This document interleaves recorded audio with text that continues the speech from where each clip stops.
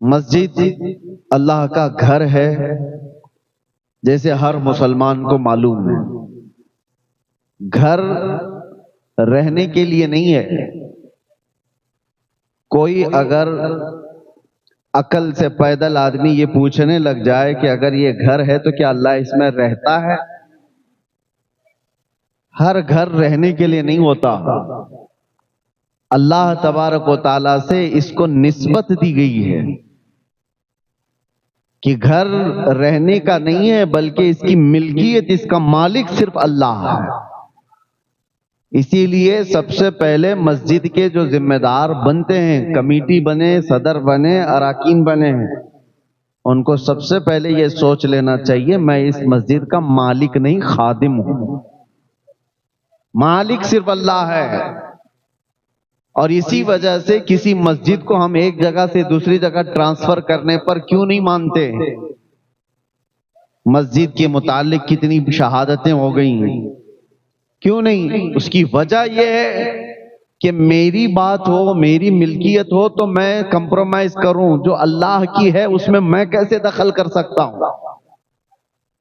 تو مسجدیں اللہ کی ہیں۔ اور آج شہر رانی بن نور کی اس سرزمین پر جو یہ لہلاتا ہوا چمن دکھ رہا ہے، اس کی ایک تاریخ بھی میں بتا دوں۔ فرمایا گیا کہ جب حضرت ابراہیم علیہ السلام نے خانہ کعبہ کی تعمیر کی، اسماعیل علیہ السلام ساتھ میں تھے، پورا کعبہ جب بن گیا تو آپ نے دعا کی تھی، ربنا تقبل منا انک انت السمیع العلیم، اے ہمارے رب ہماری جانب سے اس کام کو قبول فرما لے، بے شک تو سننے جاننے والا۔ جب خانہ کعبہ کی تعمیر مکمل ہوئی تو اس کے جو سامان تھوڑی سے بچے، مٹی، گارا، جو بھی جس چیز سے بن رہی تھی، تو ابراہیم علیہ السلام کو حکم ہوا کہ وہ مٹی اٹھا کر کے ہوا میں پھینک دیں۔ آپ نے وہ بچی ہوئی مٹی، گھر بنانے کے بعد کچھ تو بچتا ہے نا، کعبہ بنانے کے بعد جو بچا تھا، ابراہیم علیہ السلام نے اس کو ہوا میں اس طرح اچھال دیا۔ مفسرین فرماتے ہیں اس مٹی کے قطرے پوری دنیا میں پھیلائے گئے، اور جس زمین پر قطرہ گرا وہاں قیامت سے پہلے مسجد بنا دی جاتی ہے۔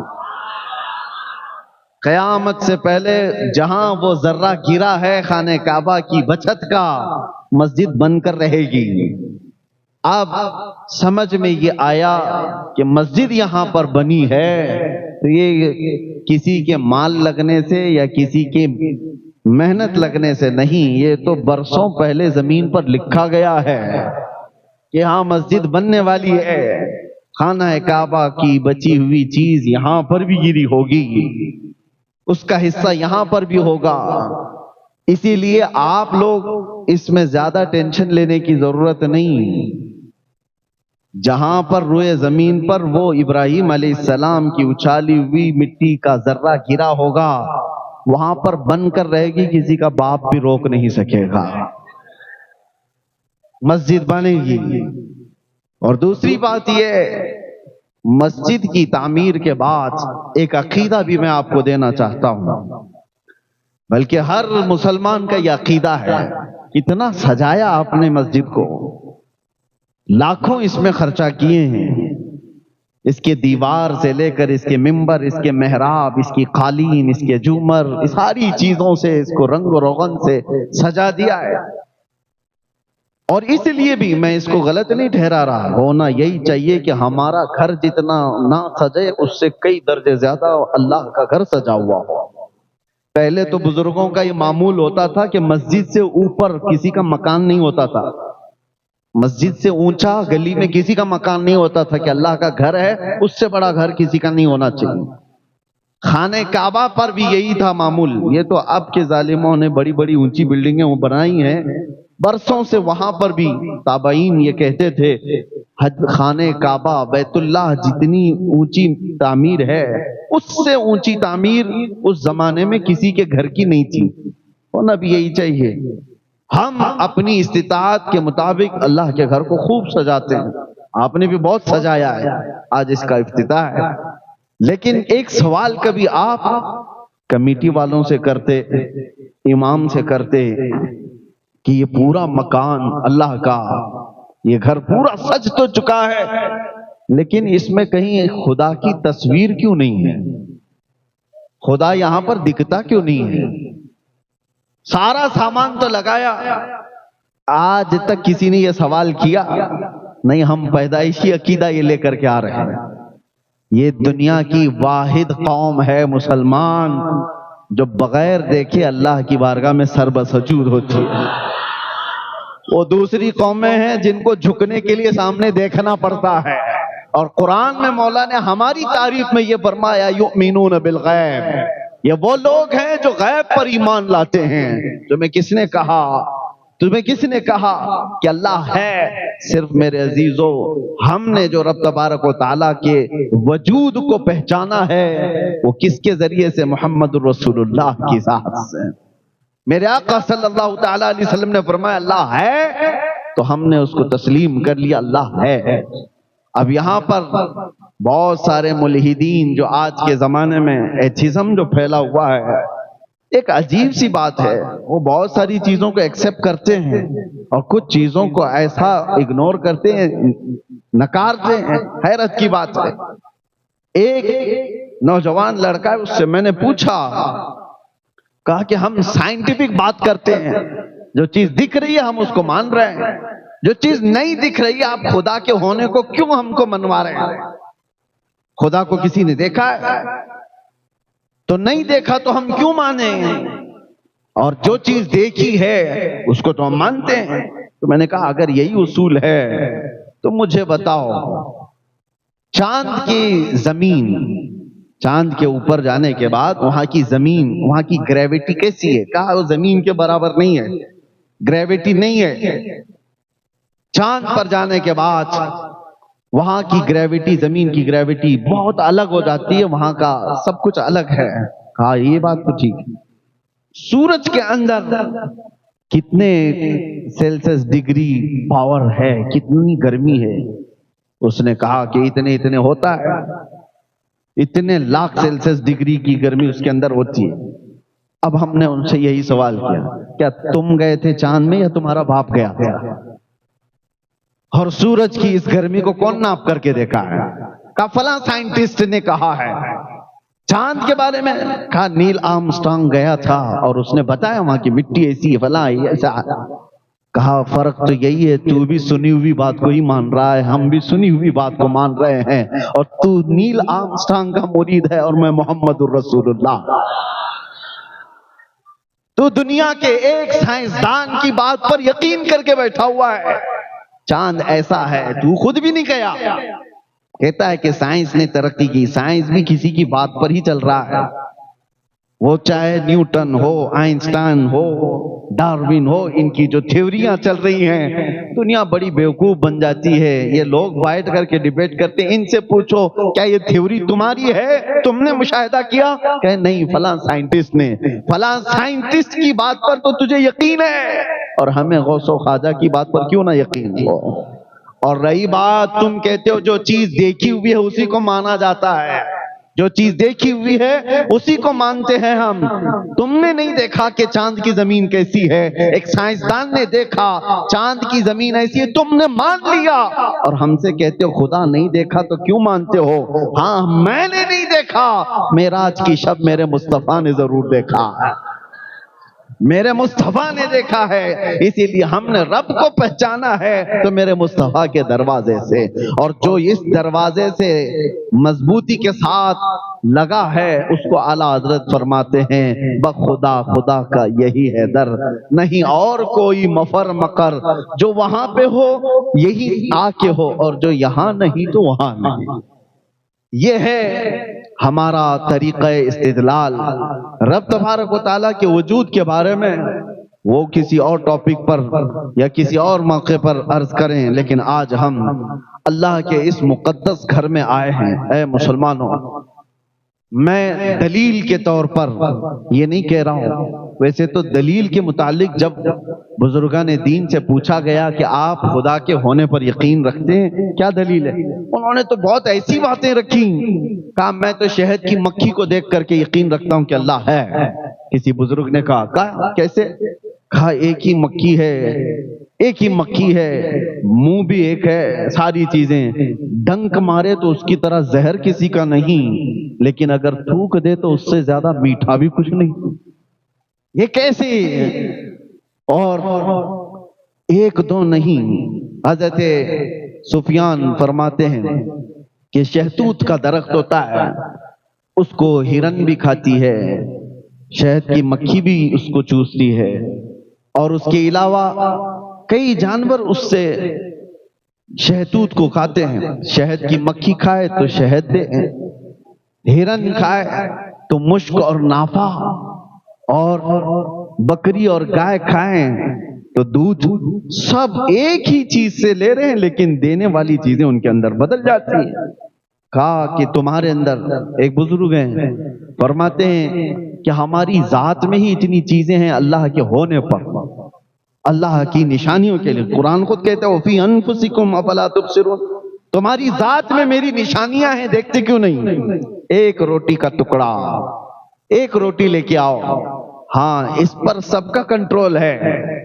اگر گیہوں کی روٹی ہے تو کسان نے بویا ہوگا، فصل اگایا ہوگا، کٹائی کیا ہوگا، اس کے بعد بازار میں گیہوں آئے ہوں گے، وہاں تک بھی کتنے گیہوں آپ کو خریدنا ہے وہ آپ کا اختیار ہے، 1 کلو لینا ہے، 2 کلو لینا ہے آپ لوگ، آٹا باریک پسوانا ہے، موٹا پسوانا آپ کا اختیار ہے، آٹے کے بعد روٹی بڑی بنانا ہے، چھوٹی بنانا ہے آپ کا اختیار ہے، تیل والی بنانا ہے، سوکھی بنانا ہے آپ کا اختیار ہے، روٹی بیل کر کے بنانا ہے، ہاتھ سے مار کے بنانا ہے آپ کا اختیار، روٹی پوری بن گئی، لقمے 4 کر کے کھانا ہے کہ 6 کر کے کھانا ہے آپ کا اختیار، سب یہاں تک تو تمہارا اختیار، چبا کر کے نگل جانے کے بعد اس روٹی سے گوشت کتنا بننا ہے، خون کتنا بننا ہے، پیپ کتنا بننا ہے، اس میں تمہارا کوئی اختیار نہیں۔ کون بناتا ہے؟ اس ایک روٹی سے گوشت بھی بنتا ہے، خون بھی بنتا ہے، اور فضلہ بھی بنتا ہے، جسم کی جو ضروریات ہیں، منی کے قطرے بھی بنتے ہیں۔ ایک روٹی خون کیسے بناتی ہے، منی کا قطرہ کیسے بناتی ہے، گوشت کیسے بناتی ہے، اور ماں کے سینے میں دودھ کیسے بناتی ہے، یہ تمام چیزیں ایک روٹی۔ پتہ یہ چلا جب تک منہ سے باہر ہے میرا کنٹرول ہے، منہ کے اندر جانے کے بعد خالق کائنات کے نظام میں چلا جاتا ہے۔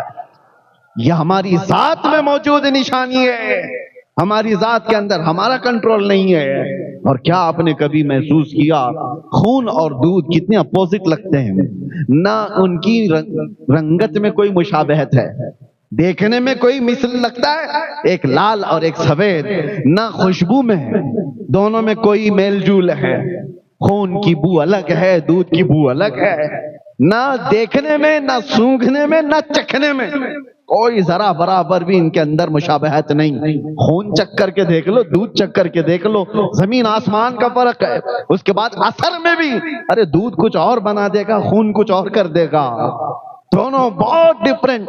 لیکن آپ کو پتا ہے قرآن کہتا ہے یخرج من بطونها شراب مختلف الوانها وفيه شفاء للناس، اللہ تبارک و تعالیٰ فرماتا ہے من بین فرث ودم لبنا خالصا سائغا للشاربین، 3 چیزیں، ایک دودھ، ایک خون اور ایک گوبر، 3 اپوزٹ چیزیں دکھ رہی ہوں گی آپ۔ اور اللہ قرآن میں 14ویں پارے میں فرماتا ہے گائے کو دیکھو، بکری کو دیکھو، دودھ کہاں سے بنتا ہے، سائنس کے بچے ہوں وہ تحقیق کر کے معلوم کریں، ریسرچ کریں، دودھ جہاں سے نکلتا ہے اللہ فرماتا ہے خون اور گوبر کے بیچ سے نکلتا، خون اور اس کے گوبر کے بیچ سے دودھ کو نکالا جاتا ہے۔ قرآن میں رب تعالیٰ فرماتا ہے من بین فرث و دم لبنا خالصا، خالص دودھ ہم گوبر اور خون کے درمیان سے نکالتے ہیں، سائغا للشاربین، پینے والوں کو خوشحال کر دیتا ہے۔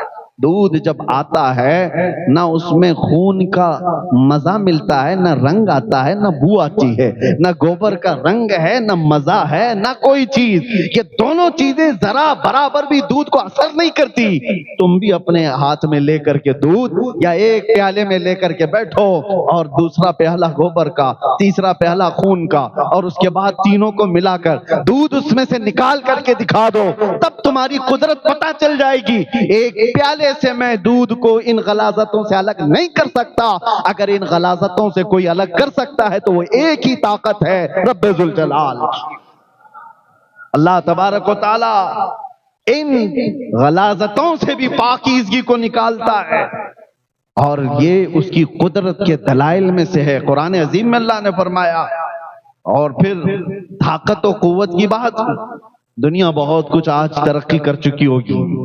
یہ گھاس پھوس سے نکل کر کے اب آسمان سے بات کرنے والے عمارتوں میں آ گئے. لوگوں نے یہ سوچ لیا کہ اب اڑنے والے طیارے، پرندے کی شکل میں جیٹ، ساری چیزیں ہم نے بنا لی ہیں. دنیا کو ہم نے گھنٹوں میں نہیں منٹوں میں طے کرنا شروع کر دیا. لیکن یہ سب چیزیں ہونے کے بعد آج تک پوری کائنات میں کسی نے یہ دعویٰ نہیں کیا کہ میں کسی کی جان بھی ڈال سکتا ہوں. یہ ایک چیز ایسی ہے جو انسان مرتے دم تک بلکہ قیامت تک اس کو نہیں کر سکے گا. کیوں؟ قرآن میں اللہ تعالیٰ فرماتا ہے کہ یہ انسان کی بات تو چھوڑو، رب تبارک و تعالیٰ یہ فرماتا ہے وَمَا قَدَرُ اللَّهَ حَقَّ قَدْرِهِ. اللہ تعالیٰ فرماتا ہے کہ لَن يَخْلُقُوا ذُبَابًا وَلَوِ اجْتَمَعُوا لَهُ. سارے انسان مل جائیں تب بھی وہ ایک مکھی نہیں بنا سکتے، ایک مکھی نہیں بنا سکتے. لَن يَخْلُقُوا ذُبَابًا، قرآن کا لفظ میں کہہ رہا ہوں، وَلَوِ اجْتَمَعُوا لَهُ.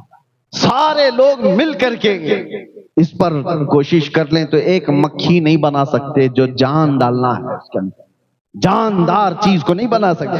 تمہارے اندر جو جان ہے یہ اللہ کی نشانی ہے، اور موت یہ اللہ کی نشانی ہے. اس سے بڑی نشانیاں کیا ہو سکتی ہیں؟ موت اور حیات اللہ کے ہونے پر دلیل ہے.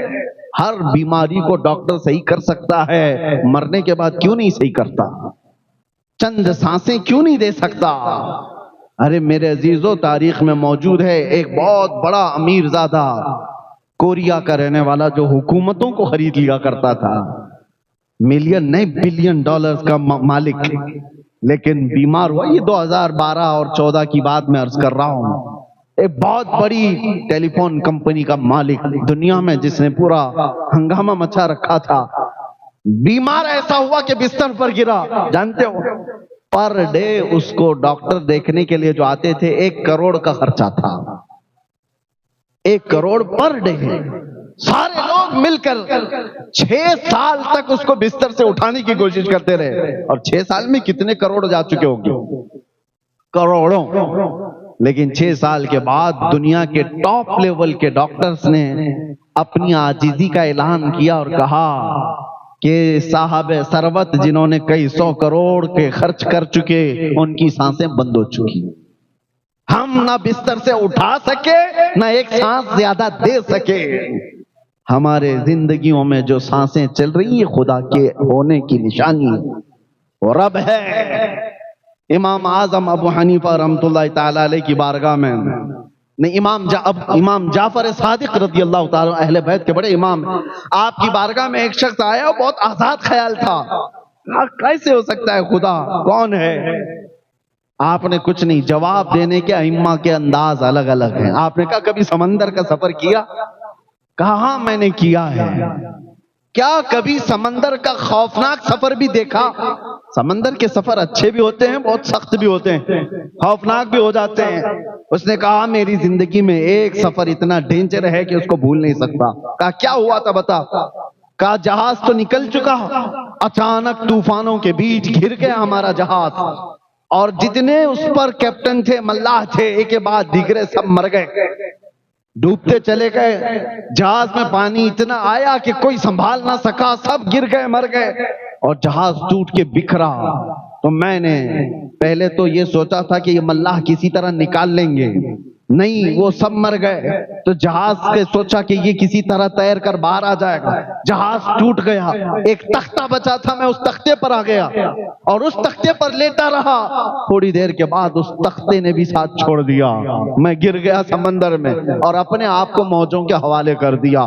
پھر ہوا یہ کہ میں غشی کے عالم میں تھا، کنارے لگ تو گیا، ہوش آیا تو میں زندہ تھا، اٹھ کر کے آ گیا. اور اس کے بعد وہ خدا کے ہونے کا یقین نہیں رکھنے والا بندہ تھا. اس وقت امام جعفر صادق نے کیا پوچھا، یہ ہماری اور آپ کی زندگیوں میں آنے والی بات میں عرض کر رہا ہوں۔ انہوں نے کہا اچھا ٹھیک ہے، سمندر کے سفر پر جب تو تھا، پہلے تو سمندر میں چل نہیں سکتا تھا، سمندر میں پیدل جا نہیں سکتا تھا، تو کیا کیا تو نے؟ جہاز کو لے لیا۔ یہ جہاز پر تیرا بھروسہ تھا کہ سمندر پر میں نہیں چل سکتا، جہاز لے کر جائے گا۔ جہاز پر سوار ہوا تو جہاز جب ہچکولے کھانے لگا تو تیرا یقین کس کے اوپر آ گیا؟ ملاح پر، کیپٹن ہے، چلا لے گا، نکال لے گا۔ لیکن جب وہ ڈوبنے لگ گئے تب پھر تیرا یقین جہاز کے ان تختوں پر ہوا کہ یہ ڈوبیں گے نہیں، کسی طرح اس پر سوار ہو جاؤں گا۔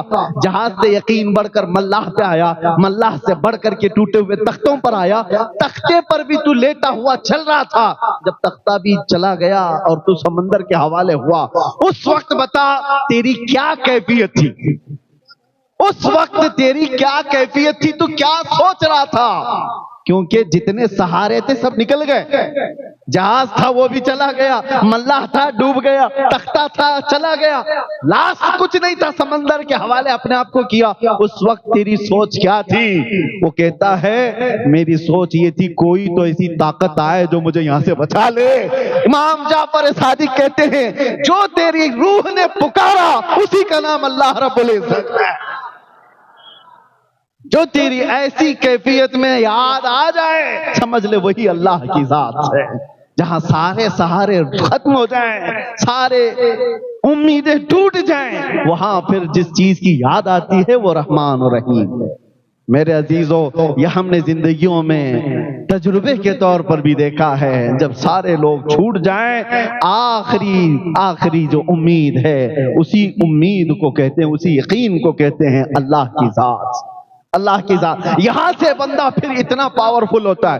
ابھی میں آپ کو بتاؤں مسجد میں بیٹھے ہیں، یہ چھت لگی ہے، چھت کس پر کھڑی ہے؟ چھت تو پلر کے اوپر ہے، دیواروں کے اوپر ہے، لیکن ابھی اگر کوئی بتا دے کہ کریک ہو گئی، چھت گر سکتی ہے، تو آپ کیا کریں گے؟ بھاگ کر کے باہر نکل جائیں گے، یہی ہوگا۔ چھت، پلر والی چھت گر رہی ہے تو بھاگ کر کے کہاں جاتے ہیں؟ آسمان کے نیچے جس کا کوئی پلر ہی نہیں ہے، اس کا کوئی پلر ہی نہیں، پورا آسمان کہیں پلر ہے؟